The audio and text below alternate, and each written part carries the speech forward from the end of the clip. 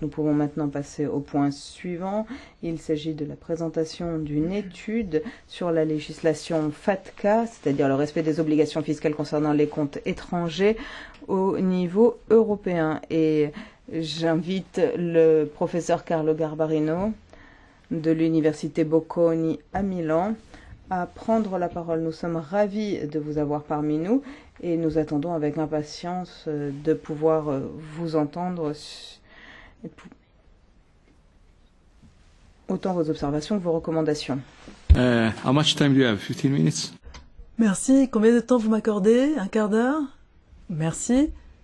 Merci beaucoup. Je suis véritablement très heureux et très honoré d'être ici parmi vous et de prendre la parole devant la commission parlementaire des pétitions du Parlement européen. La question qui nous occupe aujourd'hui pourrait apparaître complètement aride, mais elle a des implications pratiques et concrètes pour tout un chacun. Alors si vous me donnez le temps, je voudrais en expliquer la complexité et vous en montrer les aspects pertinents pour vous. Je voudrais en fait vous livrer une toile de fond historique, un aperçu historique de cela. Alors, les ressortissants d'un pays qui se trouve à l'étranger doivent déclarer leur patrimoine dit mondial. Donc, les autorités fiscales doivent disposer des biens de ces ressortissants à l'étranger. Donc, il s'agit de l'échange automatique d'informations et donc des autorités d'un pays demandent aux autorités de l'autre pays de communiquer les informations liées au patrimoine de ces ressortissants. Il s'agit d'un accord sur base de réciprocité. Il y a des échanges d'informations fiscales et durant les dernières années, une campagne a été lancée, une dizaine d'années maintenant, pour connaître les paradis fiscaux. En 2010, juste après ou même pendant la crise financière, les États-Unis d'Amérique ont passé donc cette législation dite de FATCA. Il s'agit donc du Foreign Account Tax Compliance Act. L'acte, donc le dispositif législatif de conformité fiscale des comptes étrangers, et cela se fonde sur l'échange automatique d'informations entre autorités fiscales des différents pays. Ce sont des informations échangées de manière très routinière quant aux contribuables et à leur patrimoine.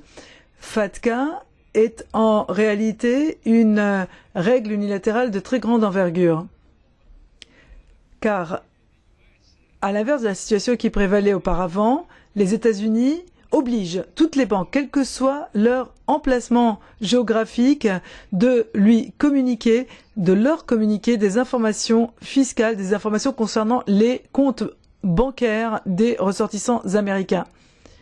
Cela ne concerne même pas les seules banques implantées aux États-Unis. Les États-Unis,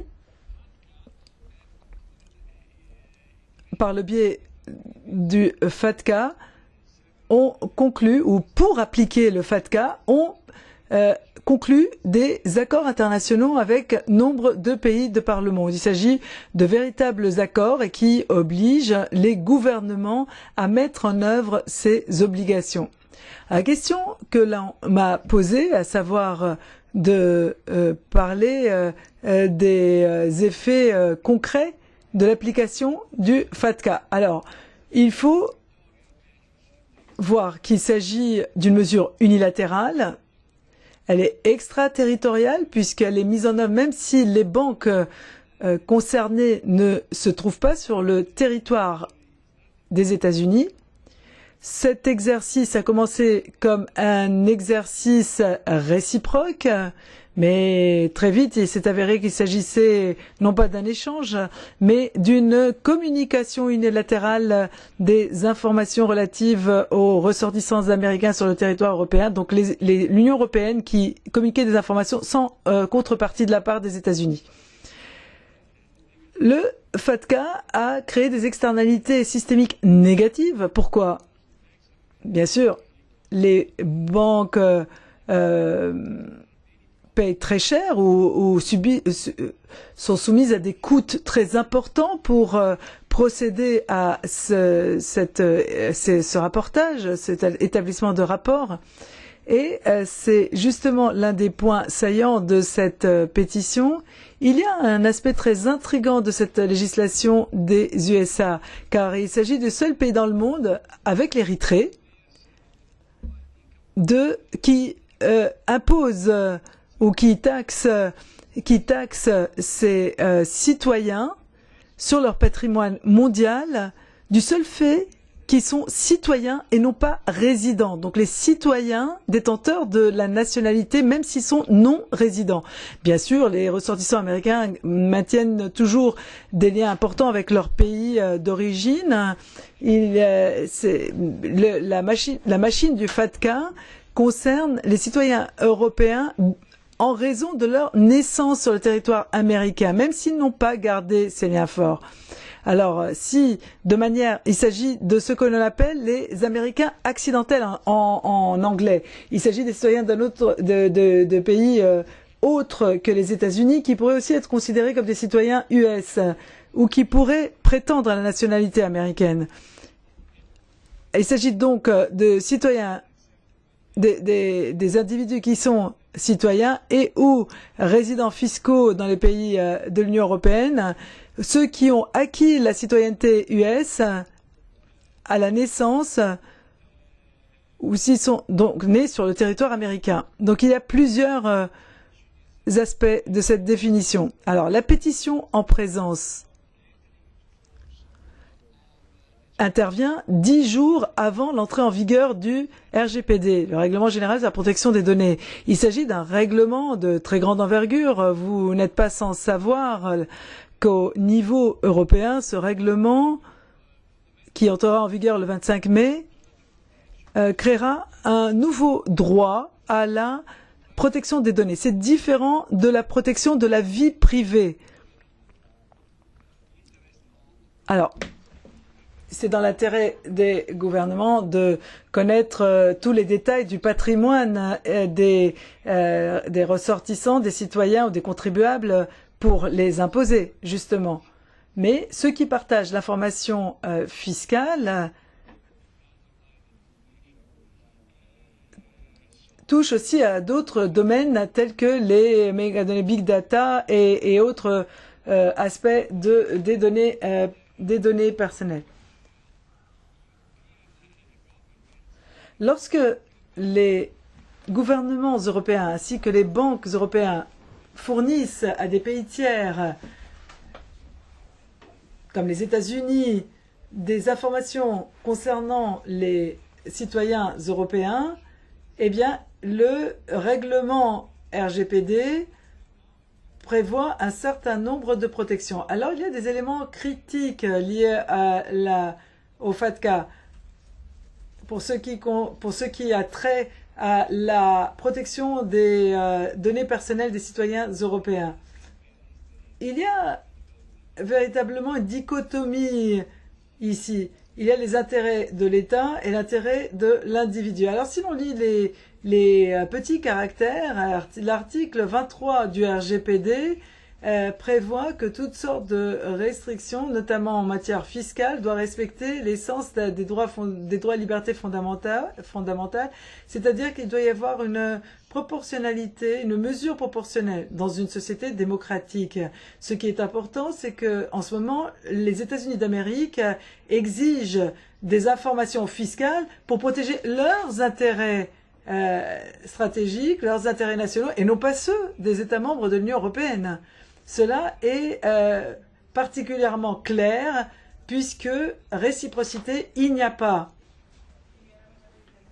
Il y a un intérêt commun de part et d'autre pour réduire l'évasion fiscale par le biais d'un échange d'informations fiscales, un échange réciproque d'informations. Dès lors, cela serait tout à fait justifié, voire plus que justifié. Mais comme le flux de données est unilatéral, là, la justification est lacunaire. J'aimerais mettre en exergue qu'il existe un chapitre entier du RGPD qui a trait au transfert des données à des pays tiers tels que les États-Unis. Cela s'applique à tout type de données, non seulement les données fiscales. Et le raisonnement, la raison d'être de cela est plus que claire. L'Union européenne fournit une protection suffisante de données avec transparence, reddition de comptes, redevabilité dans un monde globalisé. Dans le contexte d'un transfert de données à un pays tiers, nous, Européens, bénéficions de sauvegardes précises lorsqu'il y a transfert de données. Et cela est pris en compte dans le contexte du règlement général de la protection des données. Alors, passons à présent à ce qui me semble être les conclusions ou les propositions de politique, les propositions stratégiques que pourrait adopter cette commission ainsi que les institutions européennes. Car nous traitons d'une juridiction importante, d'un État important, avec les États-Unis d'Amérique. Donc cela est important. Ce sont des politiques bilatérales entre l'UE et les États-Unis, mais il y a aussi des politiques unilatérales de l'UE.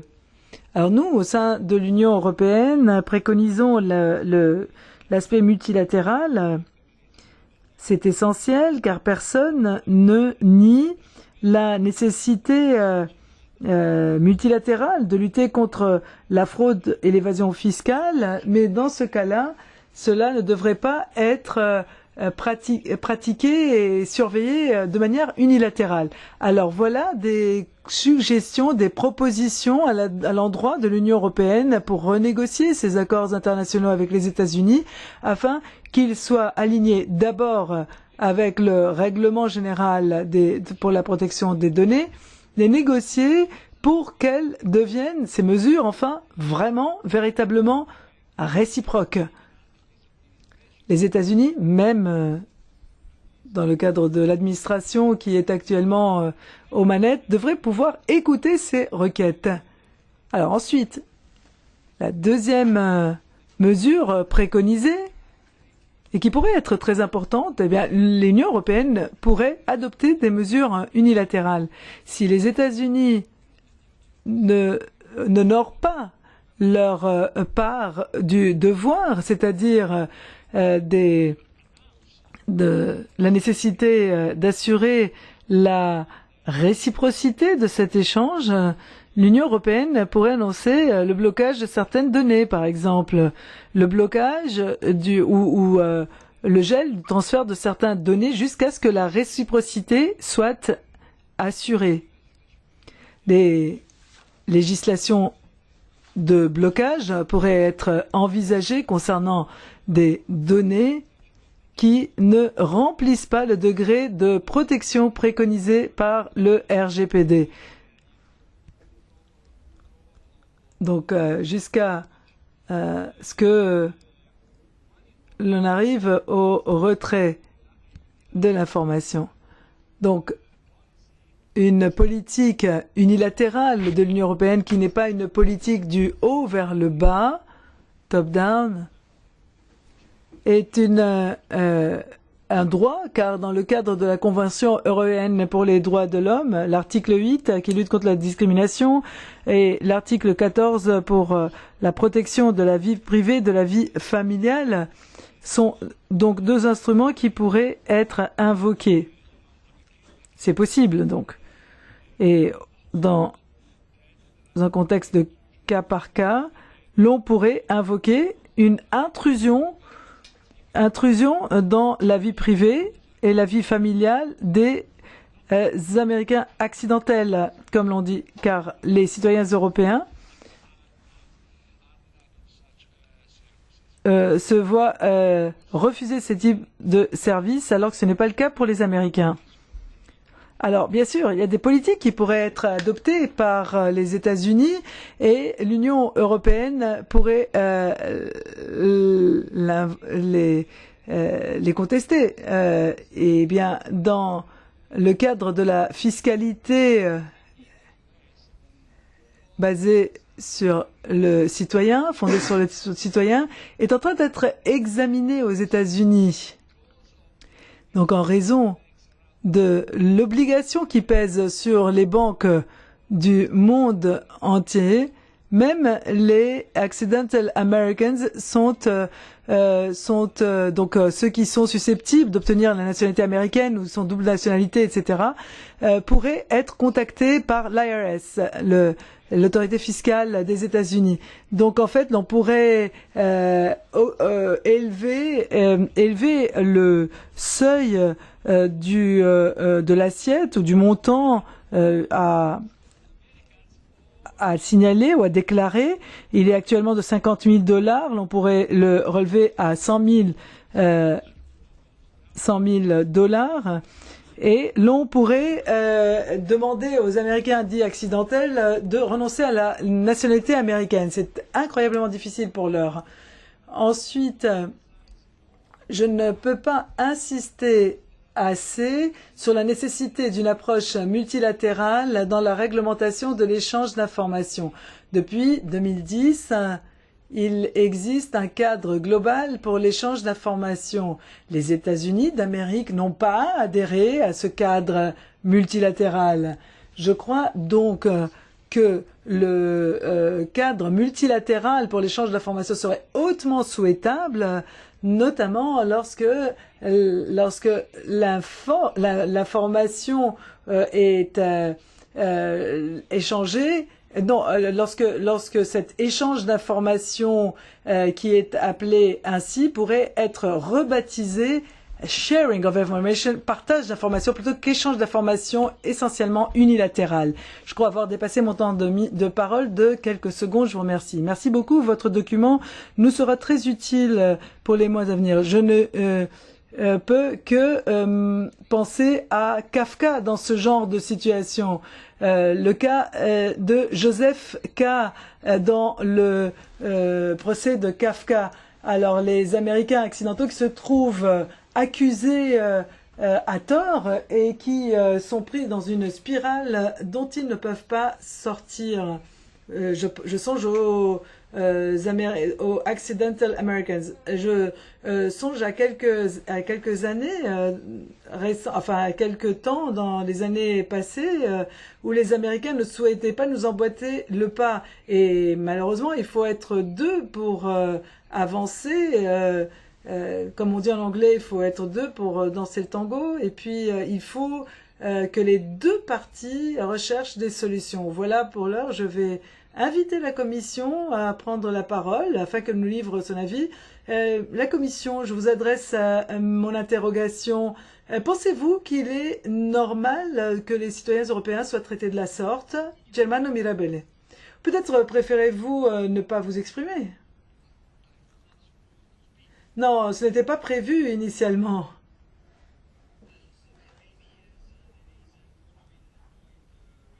Mais comme la pétition suivante porte sur le même sujet, il y aura peut-être une présentation de la commission qui est prévue dans le contexte de la pétition suivante. Oui, bien sûr, c'était prévu, mais moi je vous adressais une invitation cordiale pour solliciter votre avis suite à l'intervention de notre professeur, une appréciation, un point d'interrogation, que sais-je, ou alors ne vous sentez pas obligé. Non, un rappel au règlement dans le sens où l'analyse du professeur se fonde sur le système général des accords bilatéraux entre les États membres et les États-Unis. Il fait un distinguo entre différents types d'accords. Il s'agit d'accords types qui sont adaptés à la situation particulière d'un État membre dans ses rapports avec les États-Unis d'Amérique. Donc, dans nombre de ces accords, il existe un type de réciprocité. Ce n'est pas vrai de dire que réciprocité, il n'y a pas. Et la réciprocité, dans chacun de ces accords bilatéraux, si les États-Unis envoyaient leurs copies, certaines sauvegardes seraient revues, les superviseurs ou les protecteurs des données les aurait adaptés. Et il y a quelques contrastes dans la réciprocité. Je crois qu'il faudrait peut-être peaufiner la présentation et l'analyse. Oui, mais en tout cas, c'est mon avis personnel. Merci, nous prenons acte de votre avis personnel. Merci de votre générosité. Alors, voilà, je me tourne vers les collègues. Avez-vous des questions à poser au professeur qui vient de nous présenter son exposé sur le FATCA? Si ce n'est pas le cas, je vous propose de passer au point suivant, à savoir la question orale et la résolution sur les effets pervers, du FATCA sur les citoyens de l'Union européenne et sur les fameux Accidental Americans. Alors, là, nous avons parmi nous des représentants de la Commission qui sont tout à fait disposés à prendre la parole. Je vous invite à le faire. J'ai une présentation écrite, mais avant de vous en donner lecture, je voudrais dire que le FATCA n'est qu'un révélateur d'une situation qui préexistait à cela. Car si vous êtes citoyen américain, vous êtes sujet à, ou vous êtes passible de payer, vous êtes imposable par les États-Unis en fait. Auparavant, il y avait différents citoyens qui et des détenteurs de la double nationalité et qui ont quitté l'Union européenne, donc sont assujettis aux impôts US. Notre ancienne collègue a quitté l'Union européenne et était de double nationalité et maintenant qu'elle est à la retraite, elle sait qu'elle doit faire face à ça. Ce n'est pas le seul fait d'être née aux États-Unis, mais elle a fait ses études, elle y a été élevée, donc elle était parfaitement au courant. Mais là, il y a une autre affaire, une question d'Américains par accident, en quelque sorte. C'est les personnes qui sont nées par accident sur le territoire américain et qui maintenant doivent être imposées. Et en fait, ma banque, la banque en Europe, la banque de ces personnes a informé les États-Unis et l'IRS aux États-Unis du fait que cette personne était née aux États-Unis, donc imposable par les États-Unis. Alors nul n'est censé ignorer la loi, mais comme le professeur vient de le dire, ces personnes ne le savaient pas. Ils sont citoyens européens, citoyens belges, danois, etc., et avec une autre nationalité qui est la nationalité des États-Unis. Ils n'ont pas vraiment le choix, je le crains.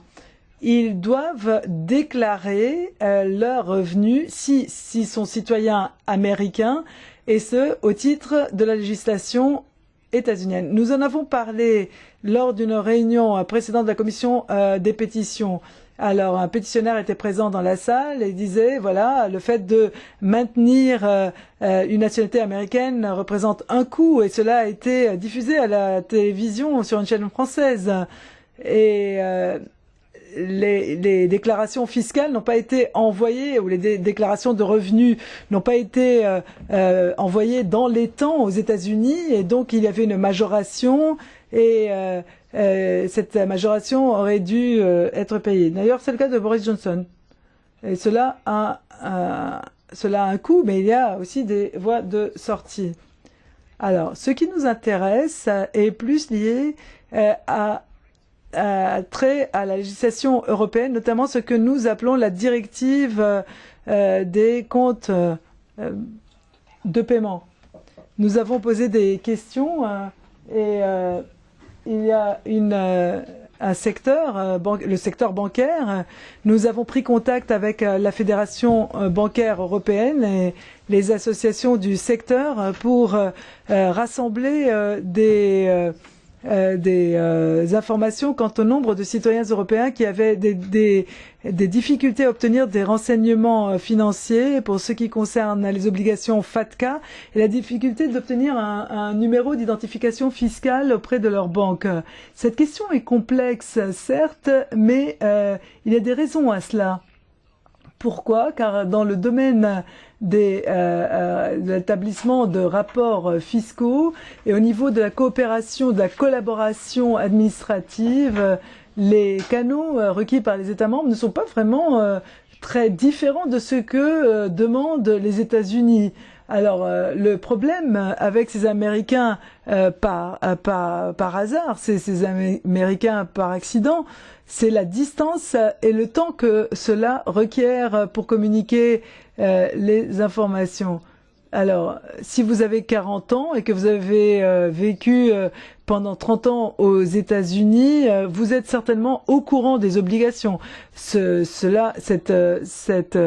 dispositif est injuste seulement pour ceux qui sont américains par hasard, les accidental Americans.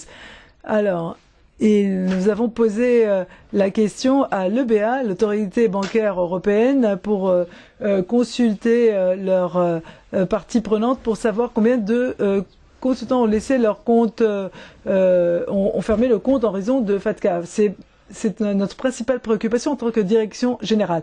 Il est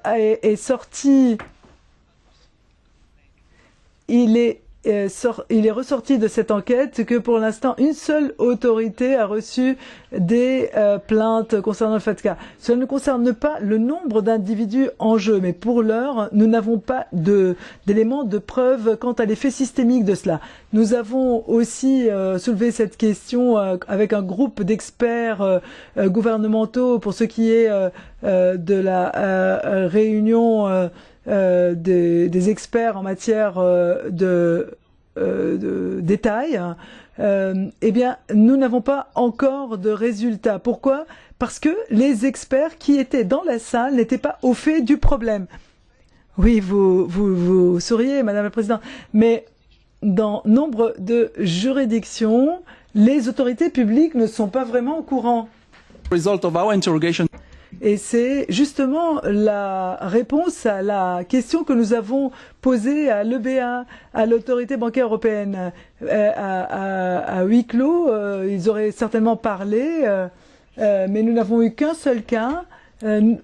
Pour ce qui nous concerne et au regard de la directive compte de paiement, nous sommes prêts à lancer des procédures en infraction s'il apparaît que le droit à ouvrir un compte de paiement, qui est un droit fondamental, si les expatriés américains ou les Américains par hasard ont été véritablement de bonne foi et étaient prêts à présenter leur numéro d'identification fiscale. Peut-être seraient-ils prêts à renoncer à leur nationalité américaine, pourquoi pas, mais l'établissement de rapport FATCA serait en train de priver de services financiers, dans ce cas, de comptes de paiement. Donc là, il y aurait, se déclencherait une procédure en infraction. Nous demeurons vigilants, mais nous n'allons pas attendre l'année prochaine pour ajuster notre riposte. Dès lors que nous serons saisis des plaintes, elles seront traitées par les autorités nationales. Et s'il apparaît que les autorités nationales ne sont pas en mesure de traiter ces questions, eh bien, nous serons prêts à agir. Voilà pour ce qui concerne la direction générale. Mais je vais peut-être tenter d'apporter un élément de réponse quant à la protection des données à la place des collègues, à moins qu'ils veuillent intervenir. Alors, nous sommes, concernant la protection des données, très reconnaissants au secrétariat de nous avoir communiqué le rapport du professeur Gabarino. Nous ne l'avons reçu qu'hier, donc assez tardivement. Il faudra que nous le lisions avec attention pour en prendre connaissance des conclusions et voir quelles sont les actions, les mesures qui pourraient être prises du côté de la Commission. Mais à ce stade, les autorités de protection des données des autorités nationales se sont penchées sur la question et très récemment, au mois de février dernier, une lettre a été envoyée à ces Américains par accident, si j'ose dire que, et je cite, dans le cadre du régime FATCA, aucun virement ou aucun dépôt ne devrait être interdit. Alors c'est un groupement de American Accidental Americans. Donc vu du point de vue fiscal ou du point de vue des comptes bancaires, pour ce qui est du principe, nous ne pouvons pas contester grand-chose à notre niveau. Et comme Germano vient de le dire, et en réaction à la présentation des résultats de l'étude de professeur Garbarino, ce qui ressort du FATCA, ce sont ces différents accords bilatéraux. Et je rappelle que la Commission a offert ses bons et loyaux services pour négocier un accord multilatéral avec les États membres. Et je rappelle que les États membres ont très poliment décliné l'offre. Notre offre demeure valable, mais nous n'avons perçu aucun signal de la part des États membres quant à leur volonté de renégocier ces articles. Alors suite à cette télédiffusion en France, il y a donc une association d'Américains par accident en France qui sont prêts à saisir le Conseil d'État en France pour traiter de cela, pour que cette question soit réglée. Nous ne pouvons pas faire grand-chose. Pour ce qui nous concerne, c'est-à-dire concernant la directive des comptes de paiement, nous serions prêts à agir en cas d'infraction. Je vous remercie et merci d'avoir partagé ces informations avec nous. Mais je puis vous rassurer que cette question est un problème pour nous quant aux pétitions envoyées, mais aussi par le nombre d'Américains par accident qui nous appellent de manière récurrente pour nous demander de trouver une solution à leurs problèmes. Je suis très heureuse de constater que les coordinateurs ont décidé de traiter de cette question, de l'inscrire à l'ordre du jour et de la porter à l'attention de tous. Il est très important de dégager une approche interinstitutionnelle concernant cette question. Il faut que nous travaillions de concert pour trouver un système assez robuste pour exempter ces personnes qui sont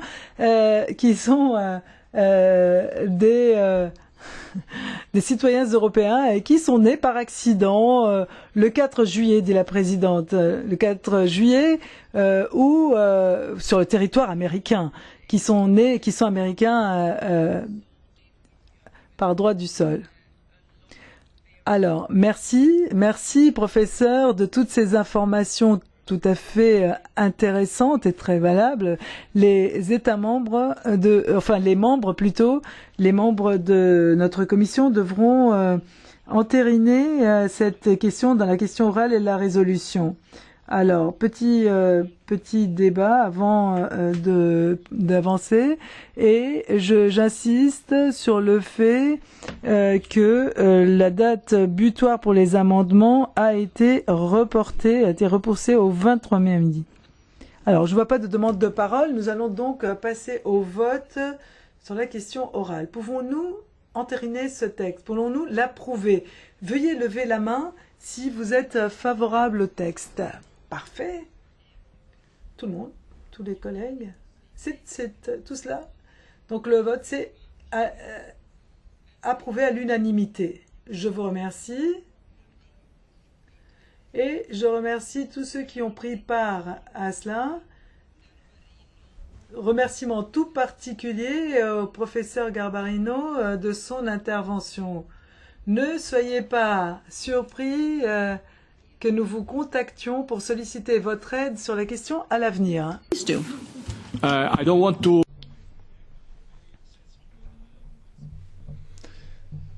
Je ne vais pas réagir à tous les points soulevés par la Commission, mais très brièvement. Oui, bien sûr, il faut vérifier au cas par cas tous les accords pour savoir si le caractère de réciprocité existe. Une analyse empirique est donc nécessaire.